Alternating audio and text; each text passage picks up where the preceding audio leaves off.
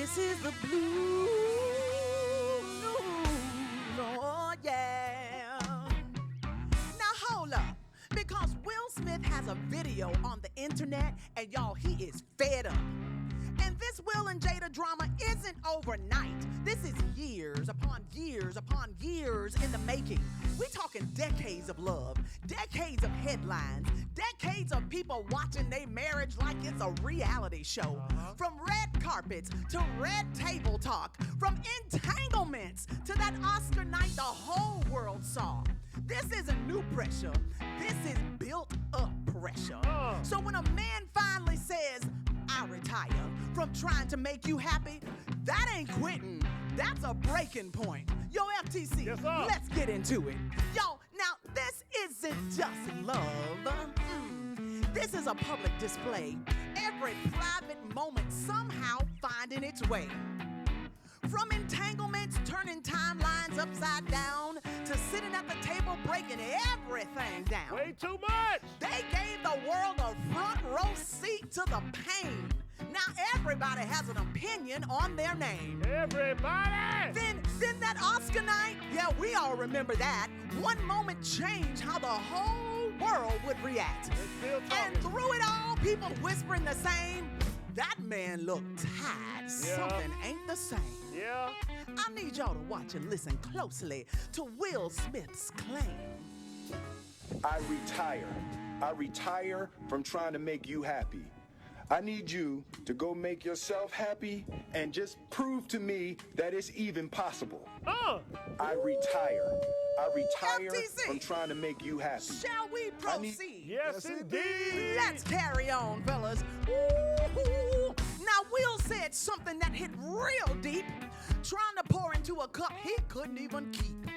Said, I tried to make you happy, gave his all, but happiness won't even answer that call. You can make them smile, you can ease their pain, but you can't control what's going on in their brain. That's real, though. So he stepped back, said, you find your way. I can love you, but I can't make you stay. And that's the truth people don't want to face. Happiness ain't something you outsource or chase. Yo, FTC, go ahead. Oh, run this race.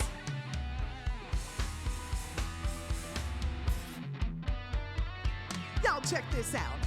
We watch the highs, we watch the strain. Now we're watching the truth finally get a name. Love in public come with a cost, and sometimes you don't see what you lost. You can stand beside them, give all your might, still can't be the source of their inner light. And the real message clear as day, stop saving those who won't change their evil ways. This is the blues news. Anything can happen in a day. Well, y'all, we gon' do it again, same time, same place, and we'll do it the Sisaundra Show way. Hey, y'all, this has been the blues news. Oh, yeah.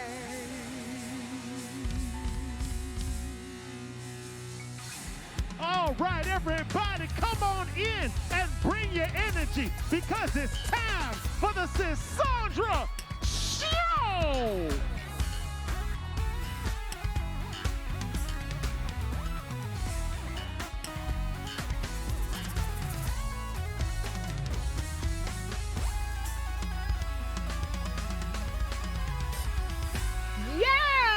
Hello, everyone, and welcome to the Sisaundra Show. Would y'all please make some noise for one of the baddest bands in the whole land for the culture?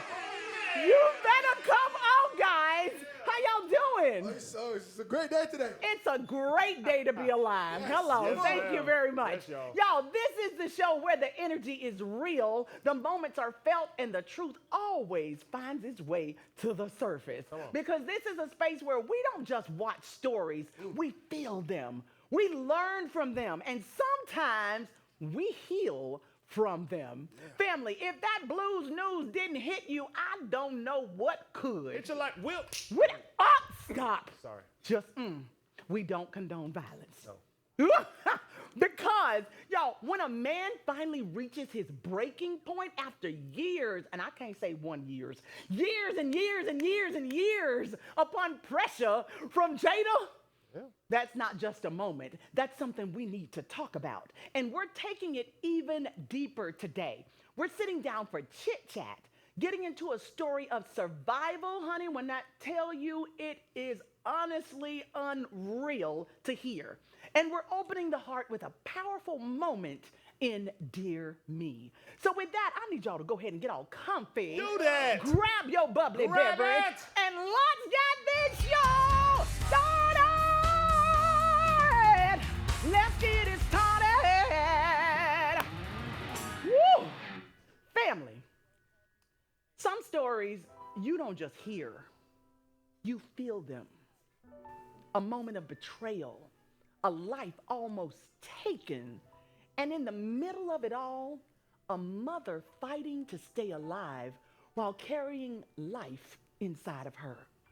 Shot 5 times, 18 weeks pregnant, and still here to tell the story. Tonight we're talking about the setup I never saw coming. Would you please welcome to the lavender couch, Fye Redd.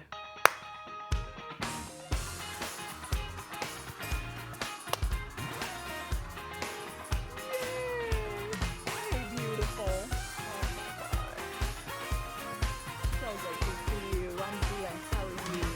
Please have a seat. Ooh, Fye, thank you so much for joining us. Thank you for having me. Indeed, indeed. When I tell you, I just want to start at the beginning, if Okay. you don't mind. What led you into the street lifestyle in the first place, Fye? Well, I come from humble beginnings. I will say that. And you know, I just grew up. I didn't get exposed to the street life until later on in life. I was maybe Really? about 18 before I even saw anything remotely to that. So I didn't want to live a humble life.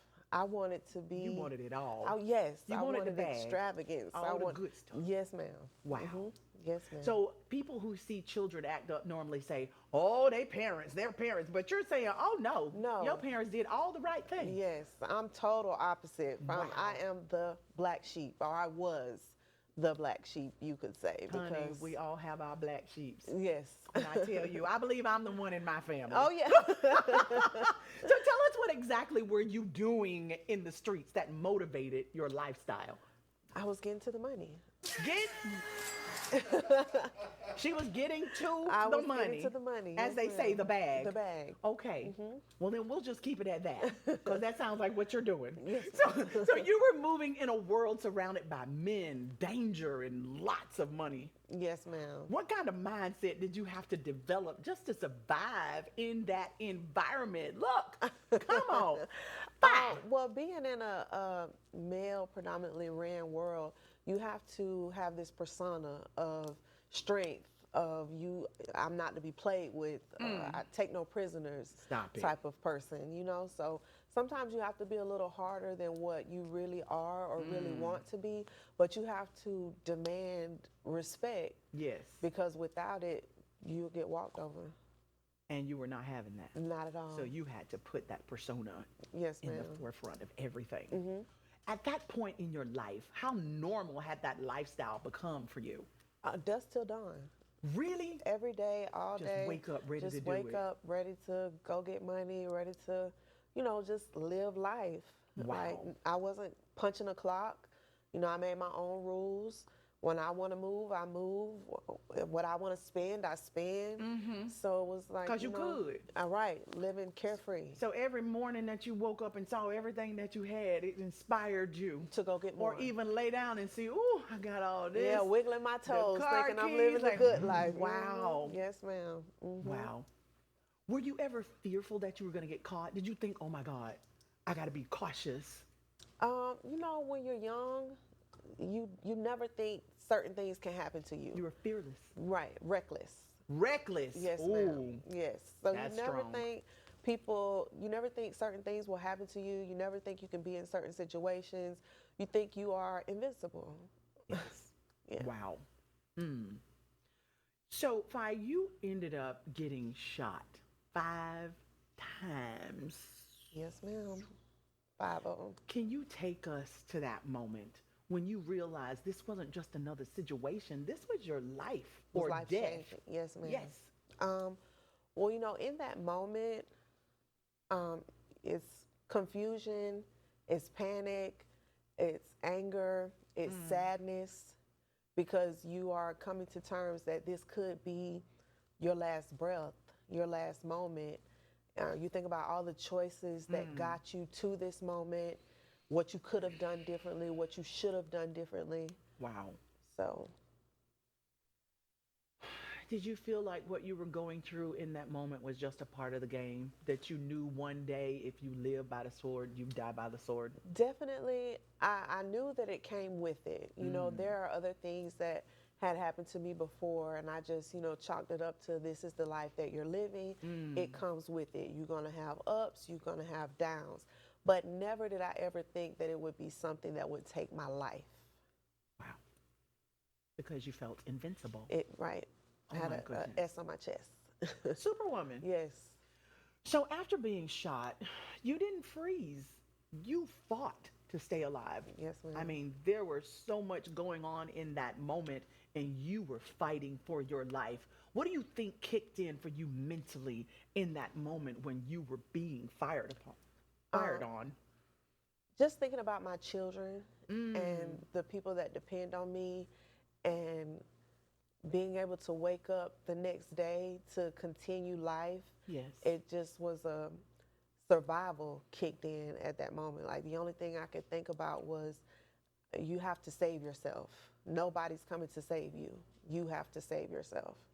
So in order for me to be able to see my mother's face again, my sisters, my father's, you have to make it out of this. You got to make it out. Right. And for you to make it out, you were using your clothing, if I'm not mistaken, in the car to patch the holes, to put them into the holes of your body.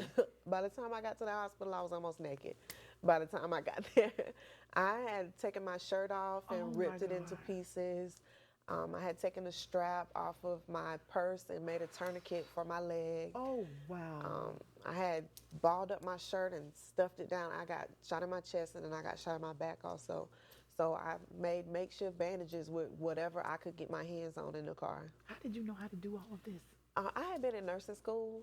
And, yeah, I had been in nursing school, and I ended up catching a charge. So I got kicked out of nursing school. So it was, my training kind of kicked in from what I did learn while I was there. I just knew that, I have so many holes in my body, and the more excited and the more upset and the more anxious blood I am, would come out more. the blood would pump harder. Oh, my goodness. So I just kept trying to tell myself, just breathe, just stay calm, just stay calm. Who was driving? My cousin, her name is Okay, Whitney. so you weren't, And yeah, at first I was driving, and then we ended up switching seats. When you got shot, you were driving. Yes, ma'am. Yes, ma'am. So how did your cousin get in the car? I ended up driving down the road a little bit, and I could feel like a real burning sensation in my side. And when I looked down, I saw all this blood. So I was like, oh my God, I'm shot. So I asked her, I said, are you shot? And she said, no, I'm okay. And I said, well, I'm shot, and I'm shot. I can't drive. So we ended up crawling over each other. Oh my goodness. In the seats and switching seats. And she drove from there to the hospital. Oh my goodness. Your daughter is born into all of this. Chaos. Yes, What did it take for you to mentally step into motherhood while still trying to heal yourself? Oh my, look at the baby. In the beginning, I'm going to say I'm the queen of accountability. So in the beginning, I am not proud of the way that I handled myself and my mental state, and just navigating through having this new child in this world. I was very depressed. I was very angry. There were times that I could not take care of myself, So I felt as though I could not take care of her either. Wow. Because I was in a wheelchair for maybe about a year or so Oh my goodness. after this happened. That's right, because when you were shot, you found out later that you were paralyzed and everything. You had to go through rehab. Yes, I was paralyzed, and I had a feeding tube. I wasn't able to eat. I used to have to feed myself with like Ensures, Boost, different stuff like that in my side. I was like 180 something pounds before I got shot. When I left the hospital, I was 119 pounds. Oh I was a stick figure. my goodness. So it took a lot. It took a lot of resilience. It took a lot of Yes. fight. It took a lot of drive. A lot of faith, a lot of, Yes. A lot of prayers. miracles. Come on. Yes. Thank Yes. God for praying folk. Yes, ma'am. Woo. And then, in the middle of fighting for your own life, you lost your mom. Yes, ma'am. I'm so sorry. Thank you. Thank you. Ooh, what did that moment feel like for you, look at my having to girl. grieve? Look at your family, your mommy. Oh my goodness. You had to grieve her while you were still trying to survive yourself. I was grieving a lot at the time. I was grieving the death of my old life. Yes. I was grieving the death of the life that I had potentially set forth for myself. And then I'm grieving the daughter that I thought I would have, but I ended up with a daughter that I was not expecting. And then to lose my mom at this time, I was surrounded by grief, consumed So much. with So grief. much. Yes, ma'am. I say that you are a miracle. Thank Sitting you. here in front of me and such an overcomer to have to go through so much. Yes, The ma'am. strength. Thank you. Sometimes you ask God, do you think I'm strong enough? Do you think I can take some more? They say he won't give you more than you can bear. yeah. But it's like, God, do you think I can bear more? My Yes. goodness. So your daughter also had her own challenges. What was that experience like, walking through that with your daughter? It is a very humbling experience. It's very humbling as a parent and as a person, because a lot of the things that we take for granted, being a parent or just being a person, with her being in the condition that she was in, I got to see a sip of water. You know, you're so used to just going and fixing your own glass of water and enjoying it cold or hot. But with her, you know, she couldn't experience that. Everything was fed through a tube in her side. I'm So so she never got to experience ice cream or steak or anything like everything that we take for granted, you know? So it was very humbling. I'm sure. I'm so sorry. And you lost your daughter? I did. She passed away in 2020 in an accident. I'm so sorry. Thank you, thank you, thank you. Ooh. One thing after another. Don't When it I seem tell like you, it? that's what I said. God, do you think I can bear some more? My goodness. So family, some moments don't feel real. This doesn't feel real. They feel like this can't be happening. A car, gunshots, a body trying to stay alive. And in the middle of it all, a young woman reaching for her phone, calling her mother, not knowing if that would be the last time. Y'all, tonight isn't about survival. It's about that moment, the fear, the confusion, the silence after the call. Tonight, our guest wrote a letter to the girl who thought she might not make it. Y'all, this is Dear Me by Fye Redd. Whew. Okay.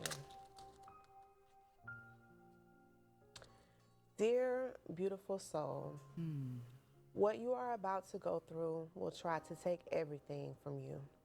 Your confidence, your peace, your identity, even your family.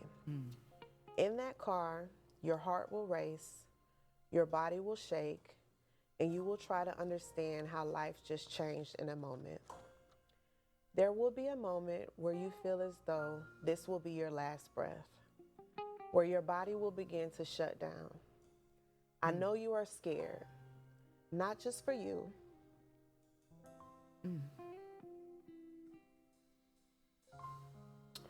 but for your son, your daughter, and the ones that love you deeply. But listen to me and listen to me carefully. You live, baby. Not only do you live, but you fight. You are going to spend a lot of sleepless nights trying to make sense of the pain.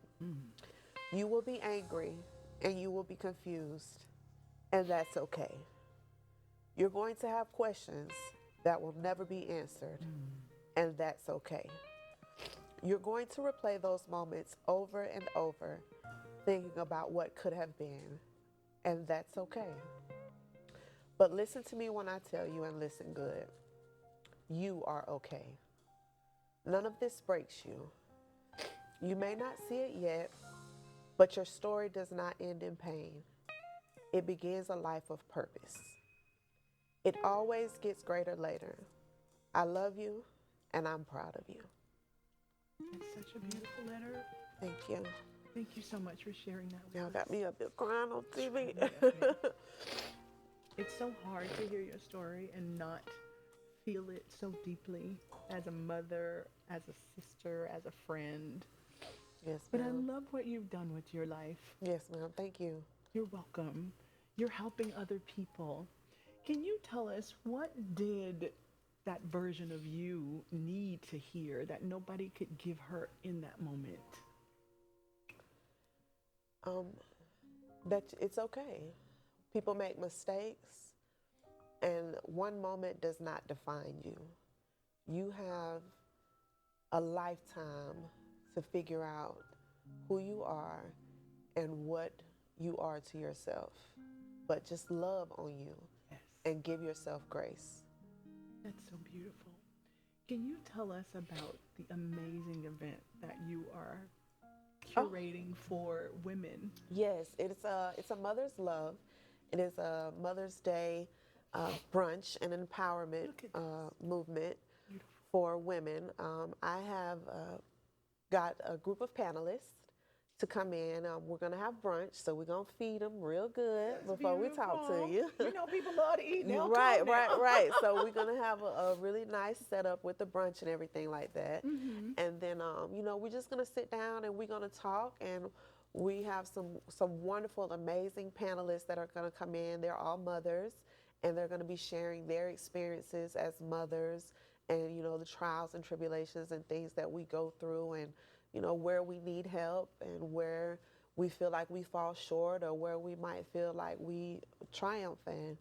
So it's just a room full of great, powerful women. I love that. Yes, ma'am. Could you just go back a little bit and think about, with everything you went through, what made you finally decide, oh, I'm changing my life? Oh, this has got to go in a different direction. It's got to go in a different direction. Yes. Growing up, I had so many dreams and, things that I felt like I wanted to do. And when I got out there in the street life, I felt like it was the only thing that I was ever good at. I accomplished it. I conquered it. And, I had to sit myself down and explain to myself, you are more than this. It is so much further in life, or so much more in life you could be doing than this. And it's time to do it. Wow. That takes a lot of strength and courage to just pivot like that. Yes, Even ma'am. sometimes when things happen to us, it doesn't make us switch and change our lives. I'm so proud of you. I just met you today, and you've been through so much. Yes, ma'am. God Thank you so bless much. you, and thank you for God bless you sharing your too. Yes, story with ma'am. us. I'm sure our family, there's so many people that can resonate with it. Family, tonight wasn't just a story, it was a reminder that life can change in a moment, that pain can come all at once, and somehow you still find a way to breathe through it. Our guest survived what should have taken her out. She carried life while fighting for her own, and even through loss, she's still standing. So if you're watching this and you feel like it's too much, just know that you're still here for a reason. So with that, y'all go ahead and do what's best. Take care of yourselves, and we'll see you next time. God bless you. For the culture! Yes, ma'am. Thank you so much for coming. Everybody just scan that QR code at the bottom of your screen. because we've got so much more exclusive content for you right here only on the Sisaundra Show.